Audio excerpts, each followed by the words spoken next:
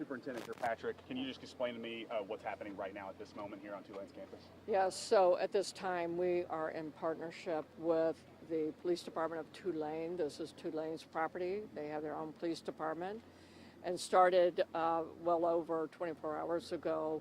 Our LSP partners, NOPD, along with Tulane Police, came together to talk about how we could peacefully disperse this particular protest action, in terms of they were trespassing on the property, which is private property here.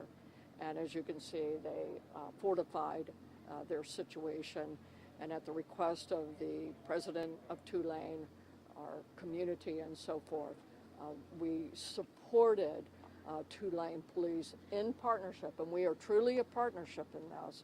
So we collectively came together to help Tulane. And so this is our chief of Tulane and his assistant chief. So if you have any specific questions of Tulane, they are here. This is our team over here with LSP. My question is if in fact we're going to disperse off of the campus, why are we making the students move off of the neutral ground if that's public property? Understood.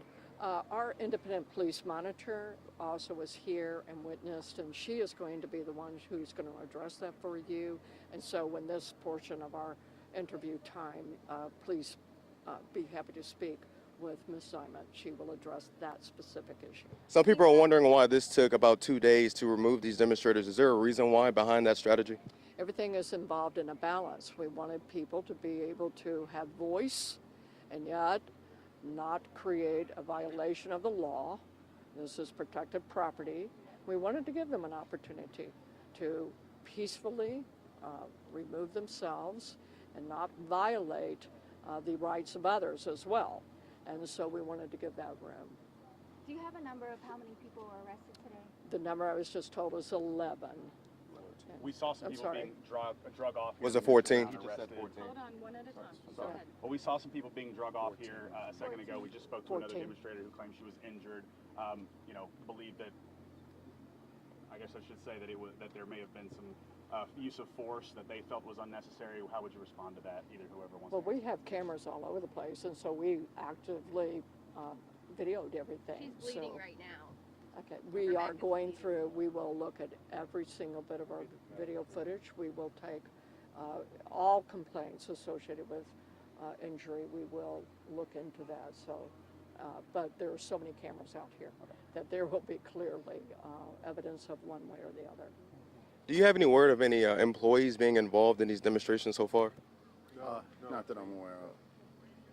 There were faculty and staff present. What do you want from? What do you want staff and students to know if they're just trying to go to class today? It's a normal day at Tulane.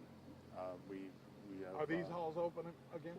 We're going to keep these closed out of an abundance of caution, but the rest of the campus, like yesterday, will be open.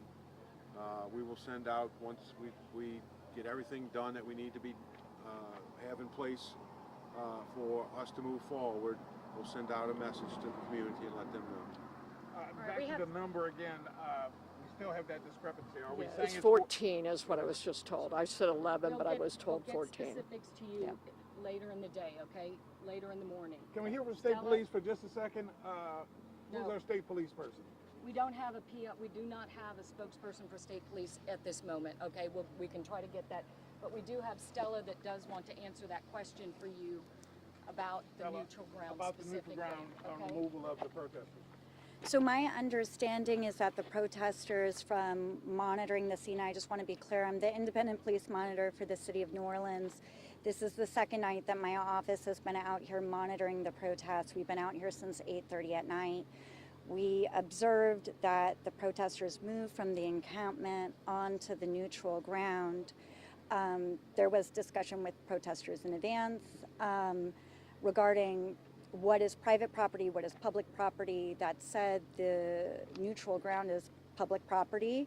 However, exiting Tulane's campus and being observed exiting Tulane's campus could give rise to a trespassing arrest. On public property. Just because you've exited private property and then you're being arrested on public property doesn't mean you weren't previously on private property. What if demonstrators arrive again? So I can't speak to whether demonstrators arriving again onto private property, if they're told not to be there or to be there. I mean, this is advice that they would have to receive from their lawyers. But if they arrive on St. Charles Avenue, So St. Charles Avenue is public property, so that would not be, I mean, again, I can't speak as a lawyer for these individuals, but this is public property. If you were out here covering this and seeing what was taking place, the occupation of this space now seems to be in the hands of law enforcement, where it was. That transfer from the demonstrators moving off that property to now police taking over that space at this moment, how would you describe the transfer? Was it peaceful? Was it, I mean, how would you describe it? I would describe it as a very methodical collaboration between multiple agencies. Our office was given extensive opportunities to be able to monitor the actions that were being executed by all law enforcement agencies on scene. And I want to be clear, my office only has jurisdiction over NOPD's actions.